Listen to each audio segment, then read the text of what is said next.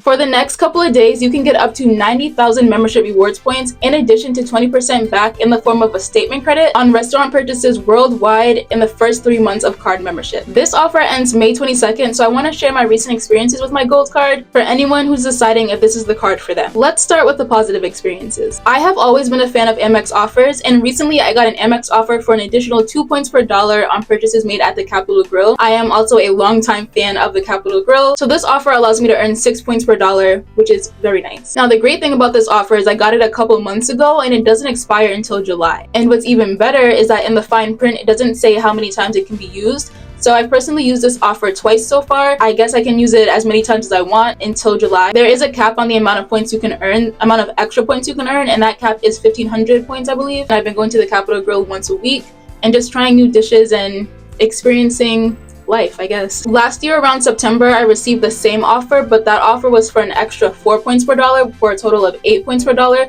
which was even better, and I hope I get it again this September. And last September, it was also available for other restaurants such as Fleming's and a couple other steakhouses that I can't remember off the top of my head. So in your case, if you applied for the Amex Gold Card and you got the same offer or a similar offer, you would be earning 6 points per dollar on the Capitol Grill purchases in addition to 20% back in the form of a statement credit. That sounds like a dream. And I also have noticed that you do sometimes get some of the same Amex offers every year. Last year I got an offer from Wynn Las Vegas for $60 off a purchase of $300 or more, and I got that same offer this year, I believe in April, and I was able to use it this year, so I was really happy about that, and I look forward to using it every single year that they offer it to me. Their slogan is "There's nothing in the world like Las Vegas, and there's nothing in Las Vegas like Wynn."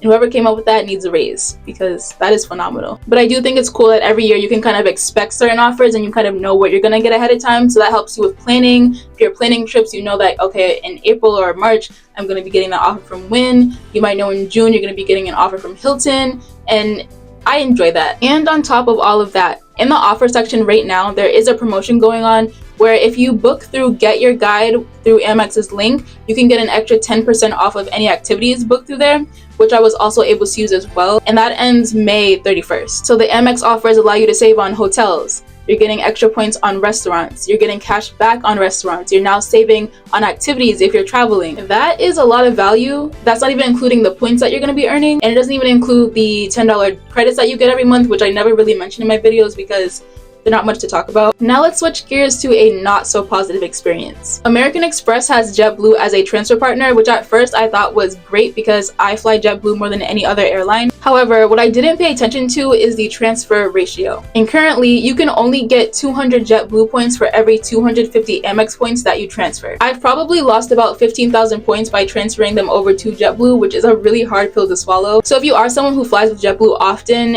and you use your points for flights, or you want to use your points for flights, I recommend checking out one of Chase's cards instead, either the Chase Sapphire Preferred or the Chase Sapphire Reserve card, because they have JetBlue as a transfer partner and they have them at a 1-to-1 ratio. So you're not going to be losing any points by transferring your Chase points over to JetBlue. Earning points is so much fun and losing them just hurts so much. And a couple weeks ago, Chase was offering an elevated sign-up bonus. I'm not sure if that's still going on, but definitely give their website a check. And also I've heard that in-branch offers are usually higher than on the website. So if you do have time to go to a branch in person, I definitely recommend you do so. I did try to call the branch to see what the offer was, and the lady told me that she could not discuss that with me over the phone. I would have to come into the branch in order to find that information out. The Chase Sapphire Preferred card also has a slightly lower fee than the Amex Gold Card if that's something that you are concerned about. And they have earning categories that Amex does not offer, such as streaming services, and you get 2 points per dollar on all travel purchases booked outside of the Chase travel portal. And speaking of travel portals, AmexTravel.com is known for their higher prices sometimes on flights and hotels, but a sort of hidden gem is that they actually offer price matches on hotels. So you can feel free to book your slightly more expensive hotel stay on AmexTravel.com and still get the hotel collection benefits,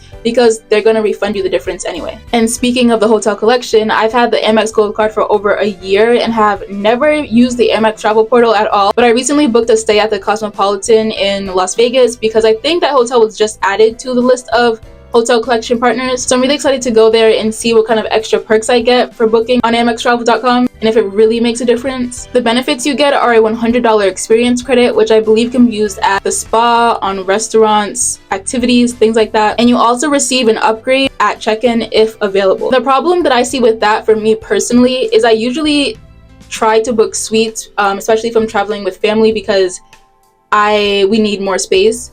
So some room categories you can't really book on AmexTravel.com. So the highest room that I could book, which I was going to book anyway, was the wraparound terrace suite. And I know that in the fine print sometimes they have that not all rooms are eligible for an upgrade. And I needed to book that room because if there wasn't an upgrade available, I didn't want to be stuck in a smaller room with 4 people. So we're gonna see. I'm going to probably record something about that trip when the time comes. Now, if you are someone who is applying for the gold card and you're not someone who applies for credit cards often with the purpose of earning more points, you'll want to make sure that the multipliers in earning categories will allow you to earn enough points so that you can travel as often as you can. And sometimes when I ask people how much money they spend per month and what categories they spend money in, they're unable to tell me, and I think you should be really clear about that before you apply for any credit card, especially one that has an annual fee. Because if you spend most of your money at Costco and on gas, then this is not really going to be the card that allows you to earn the most points. But obviously, if you spend a lot of money on travel and dining, ding, ding, ding, ding, ding, we have a winner. And honestly, if you do go back and analyze your spending and you find that the categories you spend the most money in will only earn you 1 point per dollar, and you only travel like once or twice a year, I feel like the Capital One Venture X card is not a bad option because you'll be earning 2 points per dollar on all purchases. The only downside is you would have to be okay with their transfer partners. So if you're not, then obviously it's not the better choice because you wouldn't be able to really use your points the way you want to. But if you do like their transfer partners, I feel like that is a better option, especially for someone who doesn't travel that much or at all. Believe it or not, there are people who don't travel and still have travel credit cards. Let's say you're gonna earn 30,000 points per year, which might save you $300. That might be 1 or maybe 2 flights if you're lucky, but then you still have to pay for hotels or vice versa. You'd also have to pay for food, activities, transportation, and other random expenses that pop up while you're on vacation, plus the card's annual fee. Instead, you could get a cashback card, which usually has lower annual fees than travel cards or no annual fee, and you could earn $500 to $600 cash back instead. And that might make more of a difference for you than $300 saved on travel. But if you do decide the Amex Gold Card is for you, Amex does give you lots of opportunities to earn more than 4 points per dollar on restaurant and grocery purchases. They also have an offer where if you refer someone and that person is approved, you also get an extra 10 points per dollar on restaurant purchases for a total of 14 points per dollar. So imagine you're earning 14 points per dollar because you referred someone, and then you also get an Amex offer like the one that I got from the Capitol Grill, and now you're earning 16 points per dollar